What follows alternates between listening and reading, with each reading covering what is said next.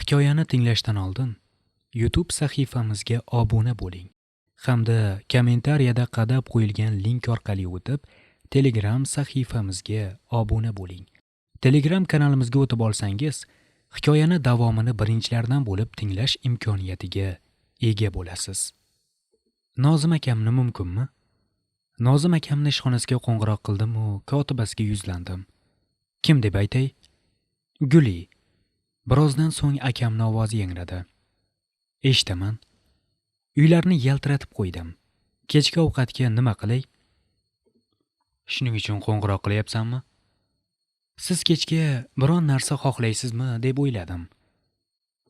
Palov qil bo'lmasa. Xo'p, bo'pti, kechgacha. Telefonni o'chirdim u ovqat qilishga kirishdim. Kechki akam qo'lida 2 paket bilan uyga kirib keldi. Bu senga. Paketlarni menga uzatdi. Bu nima? Kiyim. Odamga o'xshab kiyinib yur. Voy, rahmat kattakon. Tezda xonamga bordim u paketlarni ochishga tushdim. Bir nechta ust-bosh, ko'ylakdan tortib paypoqgacha. Erkak kishidan ayollar narsasini olish g'alati bo'lar ekan. Ayniqsa boshdan oyoq. Ko'ylaklar orasidan kulrangdagisini kiyib chiqdim. Mos keldimi? Akam boshdan oyoq qaradi. Loppaloyiq. Javobimdan biroz uyaldim. Vaziyatdan chiqish uchun ovqatni suzishga kirishdim. Uydagi kamchiliklar bilan Zulayho opani o'zi shug'ullanardi. Ertaga pul qoldiraman, nima kam bo'lsa olib kel. Xo'p, palovni yoniga qo'yib, boshqa xonaga otlandim. Ovqatlanmaysanmi? Yo'q, bugun qiziq multfilm qo'yishlari kerak edi. Multfilm? Ha, muzlik davri. Yosh bolamisan? Yo'q, yoshligimni esimga soladi. Shunga ko'raman. Xonadan chiqib, televizorni yoqdim. Boshlangan ekan. Divanga yaxshilab joylashdim. Yoshligimda bu multfilm ilk marta opalarim bilan birga ko'rgandik. Keyin akamni uyida. O'shanda baxtli edim. Negadir yoshligimda ko'rgan narsalarni ko'rsam, qayta ko'rgim kelaveradi. Go'yo bulardan yoshligimni, baxtli davrlarimni ifori kelib turgandek. Akam ovqatlanib bo'ldi shekilli, meni yonimga kelib o'tirdi. Senga o'xsharkan. Bosh qahramonlardan biri bo'lgan anqov Yimron qoziqni ko'rsatdi. Yo'q, bu emas. Anavi menga o'xshaydi. Olmaxonni ko'rsatdim. Olmaxon? Akam kulib yubordi. Javob qaytarmadim. Xayolimdan o'zim qidirayotgan haqiqatni o'tkazdim. Qanchalik yaqinlashsam, shuncha yiroqlashadi. Go'yo shu olmaxonni yong'og'idek. Akam kutilmaganda boshini oyog'imga qo'ydi. Juda charchadim. Yostiqqa joylashgandek joylashib oldi. Unda yotoqxonangizga boring. Yo'q. U yerda sen yo'qsan. Aka. Jim. Hozir uyqumni o'chirib yuborasan. Uff. Labimni burdim-u, jahl bilan televizor ko'rishda davom etdim. Akam esa negadir mendan ko'zini uzmadi. Men televizordan. Akam esa mendan. Multfilm tugashi bilan akamga qaradim. Tugadi, dedim o'rnimdan turmoqchi bo'lib. Sen oddiy qiz emassan. Negadir menga g'alati qaradi. Nima? Gapiga tushunmadim. O'zingni har qancha oddiy tutishga harakat qilma. Yuz qiyofang seni sotib qo'yadi. Miyangizga yana virus tushdimi?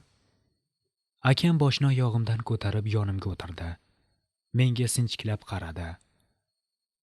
Oddiy qizni labi bu tekis bo'lmaydi. Qosh ko'zi esa senikidek. Sendagi yuz ko'rinish tabiiy emas. Men sizga tabiiy go'zalman deganmidim? Soxta go'zallarni tuyg'ulari ham soxta bo'ladi. Men o'zimni go'zal deb hisoblamayman. Tuyg'ularga keladigan bo'lsak, buni vaqt ko'rsatadi. Yoqimsiz suhbatni tugatish uchun o'rnimdan turdim. Lekin akam yana bilagimdan ushlab qoldi. Shunchalik oq ko'ngil ekansan. Unda nega hech narsadan qo'rqmay erkak kishini uyda o'tiribsan? Chunki siz meni akamsiz. Ajoyib o'xshatish. Siz uchun kulgili bo'lishi mumkin, lekin men uchun haqiqat. Men sizni akamdek ko'raman. Akam birdan qo'limni qo'yib yubordi. To'g'risini aytsam, ba'zan menga kimnidir eslatib yuborasan. Kimni? Javob bermadi. Shunchaki o'rnidan turib xonasiga kirib ketdi. Men ham o'z xonamga yo'l oldim. Ertasiga ertalab uyni yig'ishtirayotganimda ko'zim akamni xonasida shundoqqina yotog'ini ustida turgan bir chamadon pulga tushdi. Ahmoq, pulni ham ko'rinadigan joyga qo'yadimi? Degancha javonga hech kim ko'rmaydigan joyga qo'ydim. Uyni yig'ishtirib bo'lgach, akam qoldirib ketgan pulni olib bozorga otlandim. Bog'xonada opam bilan ham ko'rishdim. Bilasanmi, seni muammoing nimada? Opam yana bir aqlli gapni boshladi. Nahotki hali ham ko'zing ochilmagan bo'lsa? Nahotki hali ham shunchaki yigit va qiz qondoshlik rishtalari bo'lmasdan turib, bir uyda yashay oladi deb o'ylasang? Bilaman, bu xato. Lekin opa, hozir boshqa choram yo'q. Haqiqatga bo'lgan intilishing yo'lida o'zingni ham qurbon qilishga tayyormisan? Xafa bo'lib qaradi. Men nomimni oqlashim kerak, opa. Bu yo'lda iloji boricha akam bilan aka singilligimizni saqlab qolishga urinaman. Xato qilyapsan, singlim. Xato. Koshkida Nozimni bilmasang. Uni tanimaydigan xotin yoki qizni o'zi yo'q. Birinchi raqamli xotinboz. Undan ehtiyot bo'lishing kerak. Xavotir olmang. Hech narsa bo'lmaydi. Undan ko'ra menga oldin yashagan shahrimizdan birorta detektiv topib bering. Nega? Diyorani surishtirgani. Menimcha u o'sha taqibchi. Men buni boshdanoq bilganman. Yaxshisi Nurgulga aytaman. Dugonangiz Nurgulgami? Ha. U detektivmi? Detektivdan ham yaxshiroq. Shaharda tanimagan odami, eshitmagan g'iybat yo'q. O'zi shunaqa odamlarda ma'lumot ko'p bo'ladi. Yaxshi opa. Unda bugunoq xabar bering. Men bozorni qilib uyga qaytaman. Xo'p, o'zingni ehtiyot qil. Qayta va qayta tayinlab men bilan xayrlashdi. Shu bilan bozor qildim u uyga qaytdim. Havo issiq bo'lgani uchun cho'milish xonasiga kirdim.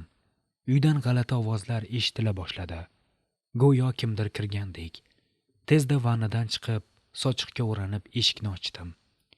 Tezlik bilan cho'milish xonasining eshigini ichkariga tortib, qulflab oldim. Akamni qo'lida to'pponcha. Nahotki u meni kimligimni bilib qolgan bo'lsa, yoki opam bilan uchrashganimni ko'rdim ekan. Dahshat. Men tomonman. Guli. Cho'milish xonasining eshigi taqilladi. Aka, chin so'zim, men hech narsa qilganim yo'q. Chiq bu yoqqa. Yo'q, men hech narsa qilmadim. Chiq. O'shqirdi. Aka, qo'lingizda to'pponcha. Yaxshilikcha chiq. Yo'qsa hozir eshikni buzib kiraman. Chiqsam u meni o'ldiradi. Chiqmasam ham. Ey Xudo, o'zing asra. Ohista shivirladim u eshikni ochdim. To'pponcha bilan turgan akamga qo'rqibgina qaradim. Aka, men pullar qayerda? Bu gapdan tok urgandek bo'ldi. Birdan yengil tortdim.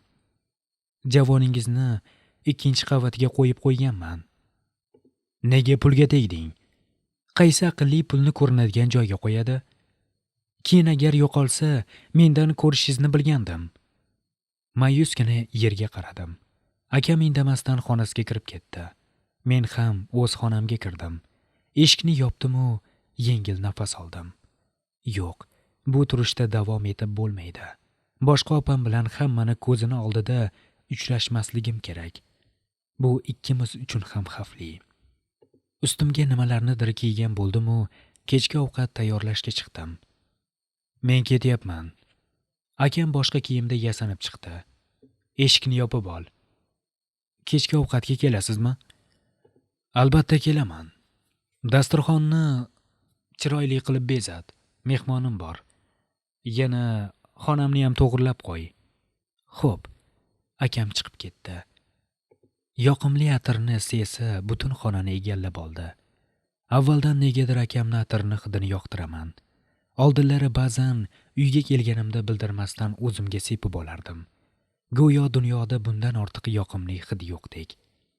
Aytgancha, mehmon keladi dedimi? Kim? Qanaqa mehmon? Nahotki akam bo'lsa, zo'r bo'lardi. Akam bilan ko'rishardim, gaplashardim, hech bo'lmasa ovozini eshitishga ham tayyorman. Keladigan mehmon kimligini bilmasam ham, akam deb o'ylab, uyni qaytadan tozalab chiqdim. Hatto kechga akam yoqtiradigan ovqatni tayyorladim. Nozim akamni uyga kelishi mumkin bo'lgan yagona mehmon bu, albatta akam. Chunki ular qalin do'st, yoshligidan birga o'sishgan. Shunday ekan, shubhasiz bugun akam keladi. Nihoyat bir yil deganda akamni ko'raman. Qiziq, meni tanirmikin? O'zgarib ketgan bo'lsa ham kerak. Oxirgi marta mahalliy gazetada suratlarini ko'rgandim. O'shanda akamni biznes sohasi bo'yicha erishgan yutuqlari haqida intervyu tayyorlashgandi. O'shanda akamdan faxrlanib ketgandim. Akam bilan bog'liq shirin xayollarda dasturxonni bezatdim. Ularni kuta boshladim. Lekin negadir ular ha deganda kelishavermadi. O'zimni chalg'itish uchun televizor ko'ra boshladim. Soat kechki 9:57, lekin ulardan haliyam darak yo'q. Xavotir olib, Nozim akamga qo'ng'iroq qildim. Eshitaman. Bepisand ovoz yangradi. Nozim aka, tuzukmisiz? Qanaqaga o'xshayapman? Kech qolganingizga xavotir oldim. Yana nimalardir demoqchi bo'ldim, lekin ahmoqdek ko'rinishni xohlamadim. 1 soatlarda qaytaman. Ovozini pasaytirib muloyim ohangda javob qaytardi. Uyni qayta to'g'irladim-u, ovqatlarni qayta isitdim. O'zimni ish bilan chalg'itganimda eshik taqilladi. Ich-ichimdan yoqimli hislarni his qildim. Yugurib zinani yoniga keldim. Avval Nozim akamni, keyin esa yonida turgan ko'ylagi zo'rg'a oldini yopib turadigan Tannozni ko'rdim. Umidlarim puchga chiqdi. Ko'zimga bu Tannoz balodek ko'rinib ketdi. Go'yo akamni kelishiga shu to'sqinlik qilgandek. Jahl bilan oshxonaga kirib ketdim. Chapdan 3-xona. Akamni ovozi yangradi. Jahlim chiqdi. Ablah, nomard, qanday uyga bunaqa qizlarni olib kelishga haddi sig'di? Uyatsiz. Uni ich-ichimdan so'kayotganimda akam oshxonaga kirdi. Muzlatkichda vino bor, olib ber. Eshik yonidan buyurdi. Zarda bilan vinoni olib uzatdim. 2 qadah ham. Qadahlarni ham uzatdim. Senga nimadir bo'ldimi? Akam menga g'alati qaradi. Nega jahling chiqyapti? Men sizni mehmon bilan birga kelasiz deb kechki ovqat qilib qo'ygandim. Lekin siz davom ettira olmadim. Fohisha degan so'zni aytishni o'zimga ep ko'rmadim. Rashk qilyapsanmi? Hech narsa bo'lmagandek jilmaydi. Boring-e. Turtib o'tib xonamga kirib ketdim. Ablah, men u tufayli bugun akamni ko'ra olmadim. Unga esa meni hissiyotlarimni qizig'i yo'q. Qanday odamni umidvor qilib qo'yib bajarmaslik mumkin? Yo'q, men o'zimni bosishim kerak. Nozim akam Ruslan akam bilan kelaman deb aytmagandi. Demak, uni aybi yo'q. Yo'q. Baribir u aybdor. Men shuncha mehnat qildim.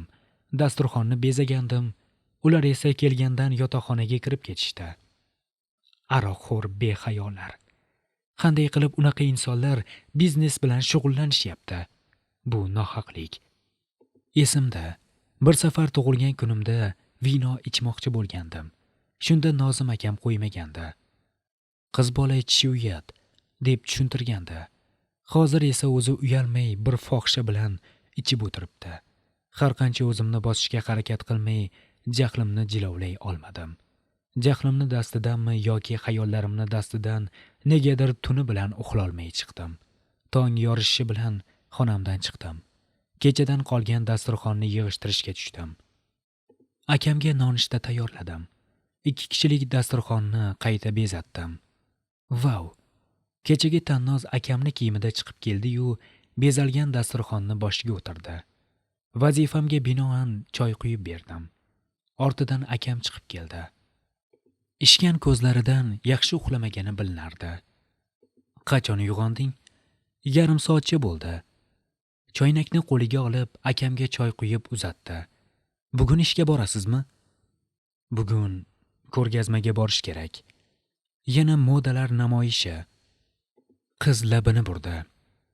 Ha, shuni ortidan mashhursan. Borish majburiy. Ularning gaplarini eshitgim kelmadi. Indamasdan chiqib ketdim. Boshqa xonalarni yig'ishtirishga tushdim. 1 soatlarda tushlik qilib bo'lishdi shekilli, ikkisi ham kiyinib chiqdi. Oshxonaga kirib dasturxonlarni yig'moqchi bo'ldim. Menga suv kerak.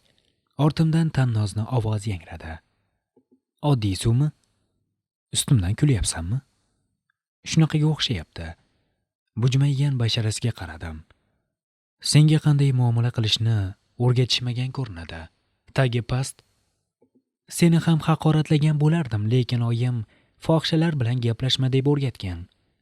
Nima? Yuzimga tarsaki tushirmoqchi bo'lib, qo'lini ko'tardi. Qo'lini ushlab qoldim-u, qattiqroq qisdim. O'lging kelyaptimi? Nafrat bilan qaradim. Tagi past, cho'ri sen hali. Menga tashlanmoqchi bo'ldi, lekin akam kelib qoldi. Bu yerda nimalar bo'lyapti? Undan so'rang. Qiz jahl bilan qo'lini mendan tortib oldi. Menga savol nazari bilan qarab turgan akamga "Hech narsa" deb javob berib qo'ya qoldim. Hech narsa? Qiz tutaqib ketdi. Bu tagi past, meni fohisha dedi. Guli, kechirim so'ra. Aka, kechirim so'ra. Ovozi balandroq chiqdi akamni. Kechirim so'ramasligim ikkisini ham so'kib bu uydan chiqib ketishim mumkin, lekin nomimni oqlashim uchun ham shu uyda qolishim kerak. Kechirasan. Tishimni tishimga bosib shivirladim. Sizlab. Akam buyurdi. Kechirasiz. Akamga nafrat bilan qaradim. Bu ishini hech qachon kechirmayman. Hech qachon mana shu fohishadan uzr so'ratganini unutmayman. Bu qilmishi uchun albatta javob beradi. Akamni yonida bunga majbur qilaman. Avval Tannos, ortidan esa akam chiqib ketdi. O'z nafratim, o'z alamlarim bilan yolg'iz qoldim. Qo'limga tushgan shisha idishni devorga ota boshladim. Go'yo Nozim va uni fohishasini sindirayotgandek. Sen aqldan ozganmisan? Gaplarimni eshitib bo'lgan opamning go'shakdan asabiy ovozi yangradi. Qanday birovni uydagi narsalarni sindirding? Asabimni jilovlay olmadim. Endi nima qilmoqchisan? Axlatga tashlayman. Idishlarni o'rnini qanday to'ldirasan? Biron yo'lini topaman. Undan ko'ra Diyora haqida gapiring. Nurgul qidiryapti, lekin ma'lumot yo'q. Go'yo osmondan tushgandek. Bir narsa meni o'ylantiryapti, opa. Agar Diyora haqiqatdan ham o'sha taqibchi bo'lsa, u akamga ham ziyon yetkazishi mumkin. Ha, gapingda jon bor. Lekin nega, opa? Biz unga nima yomonlik qilganmizki, biz bilan bu darajaga boryapti? Mol davlat uni qiziqtirmasligi aniq. Yo'qsa shu kungacha Ruslanni kasodga uchratgan bo'lardi. Unda unga nima kerak? Sen menga uni uylariga kelgan kuni pasportsiz kelgan deb aytganding. Pasportni akang to'y arafasida o'zini familiyasiga qilib bergan deganmiding? Ha, Diyora Isabayeva qilib. O'shanda akam qimmatga tushgandi, hujjatlarni qayta to'g'irlash uchun. Asl familiyasi-chi? Bilmadim. Negadir aytmagan. Agar uni familiyasi boshqa bo'lsa-chi? Balki shu sabab biz u haqida hech qayerdan ma'lumot topa olmayotgandirmiz. Gapingizda jon bor, opa. Yaxshiroq fikrdan xursand bo'lib ketdim. Bizga uni asl ismi kerak. Yana uni kuzatish kerak. Qanday? Menga ijaraga mashina kerak, opa. Uni kuzatmoqchimisan? Ha. Bu xavfli. Bilaman. Lekin biz uni nozik joyini topishimiz kerak. Xo'p, mashinani pochchangdan surishtirib ko'raman. Rahmat, opa. Men ham Nozim akamdan garajda chang bosib yotgan mashinasini so'rab ko'raman. Shuncha idishni sindirganingdan keyin beradi deb o'ylaysanmi? Ko'ramiz, opa. Men ertadan Diyorani kuzatishni boshlashim kerak. Ehtiyot bo'l. Xo'p, opa, mayli. Men akam kelmasdan shisha siniqlarni yig'ib olay. Ertaga yonimga kel. Pochchang bir oylik og'riq qoldiruvchi berib yuboradi. Rahmat opa, lekin uchrashishimiz xavfli. Ertaga vaqtingiz bo'lsa, Bilol marketiga tashlab keting. Ko'chaga chiqqanimda olib ketaman. Xo'p. Xayr opa. Bo'pti.